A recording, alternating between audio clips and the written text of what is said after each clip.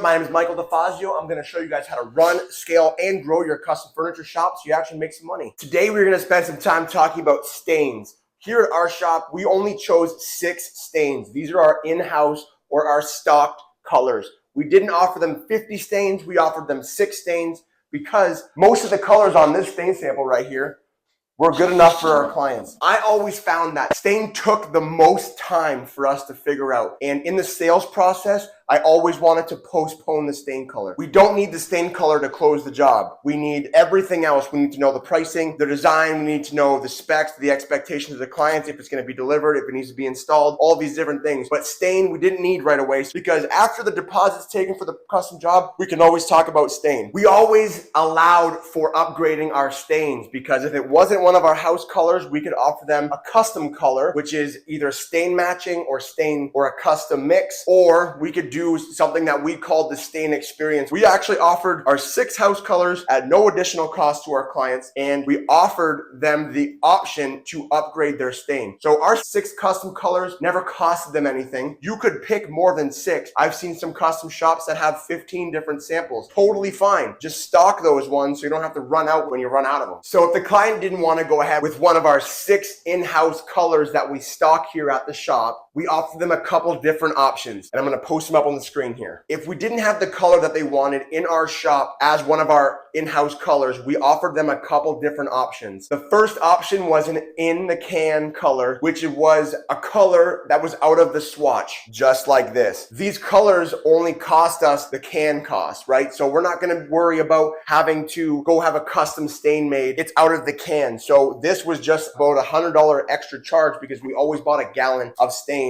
if the client wanted one of these colors that wasn't in our in-house colors. If they wanted to avoid that charge from us, they are always more than welcome to bring us their own stain. This could be a custom stain mix that they had made or a can that they liked off the shelf from a store or from a brand that we didn't use. We always stuck to Old Masters. Personally love that stain. If you're using Old Masters, definitely make sure you soak the rags in water when you're done with them. They light on fire. Very, very, very important that you make sure you clean your rags properly because I've literally lit them on fire on accident. The other thing that we offered was a custom stain mix or a stain match. This would be when the client has, flooring or trim or cabinets or another piece of furniture that they're looking to have match. They have to bring us or mail us a physical sample of the color they want us to match so that we can then bring our material and their sample to our stain guy to have him make a sample with our wood that we're using for the project to match their example that they want to match.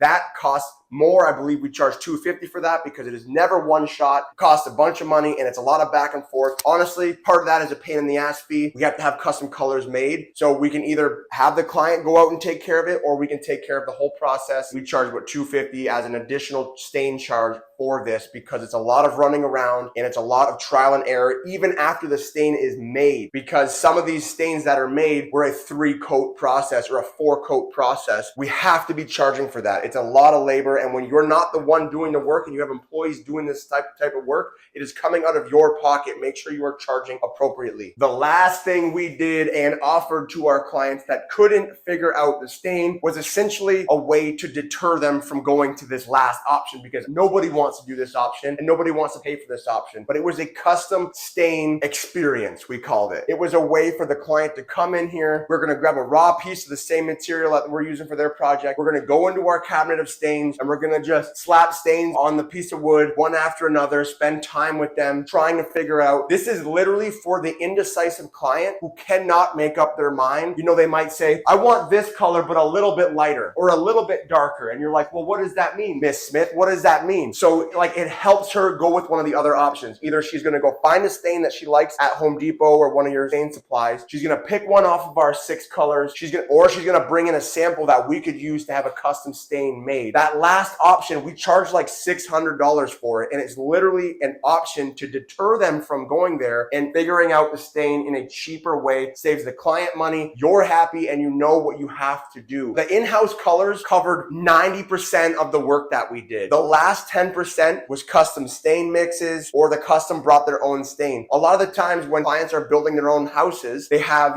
their flooring guy had a stain made and the cabinet guy used it to do a little accent over here. They have the stain stain. Use the stain if you want. I've always done it. They give us the stain, we'll use the stain for their project, and we'll give it back to them on delivery day. There's all sorts of different ways to do it. What you want to avoid is your client not making a decision, so you want to help them through that, and you want clarity from the client. And then you need to explain in your cosmetic standards, which I definitely suggest you guys write out, that the stain is going to be different. You need to show them that this board is going to be a little bit lighter than this board, and that's kind of the beautiful thing about having a custom wood tabletop is all the wood is different. All the wood is going to react different to the stain. You can always use the example of looking at their hardwood floor at their house. Not every board looks the same. It's a great way to kind of give them a visual and help them understand what is happening. This is what I've always done here, and it's worked really well to get our client to make decisions. That's all we're trying to do. We're trying to speed up the process and never use the stain as a way to prevent the sale from happening. If they're this close, but they're like, oh, we just don't know what the color is, let them know that the color is always something that can be changed. You guys can change that all the way up to when you guys start building the project. Like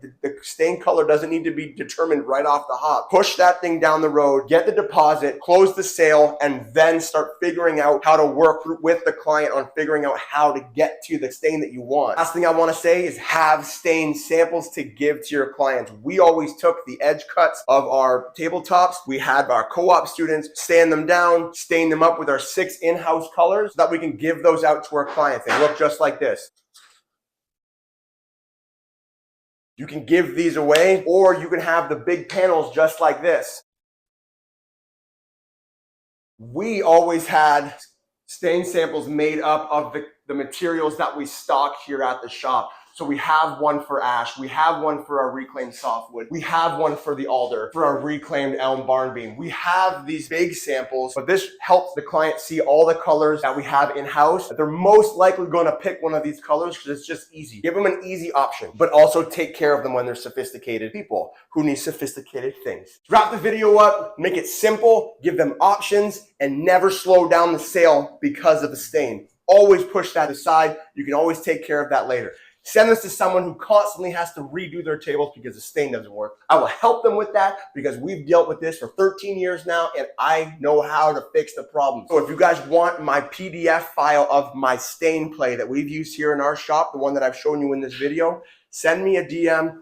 I will get this sent over to you. It's a really great SOP that you guys can just copy when the client changes their minds or doesn't know how to pick out the stain. I will help you with this. Send me a message. Let's get it sent over. Guys, give me a subscribe. Give me a follow. I would really appreciate the love. Have a great day.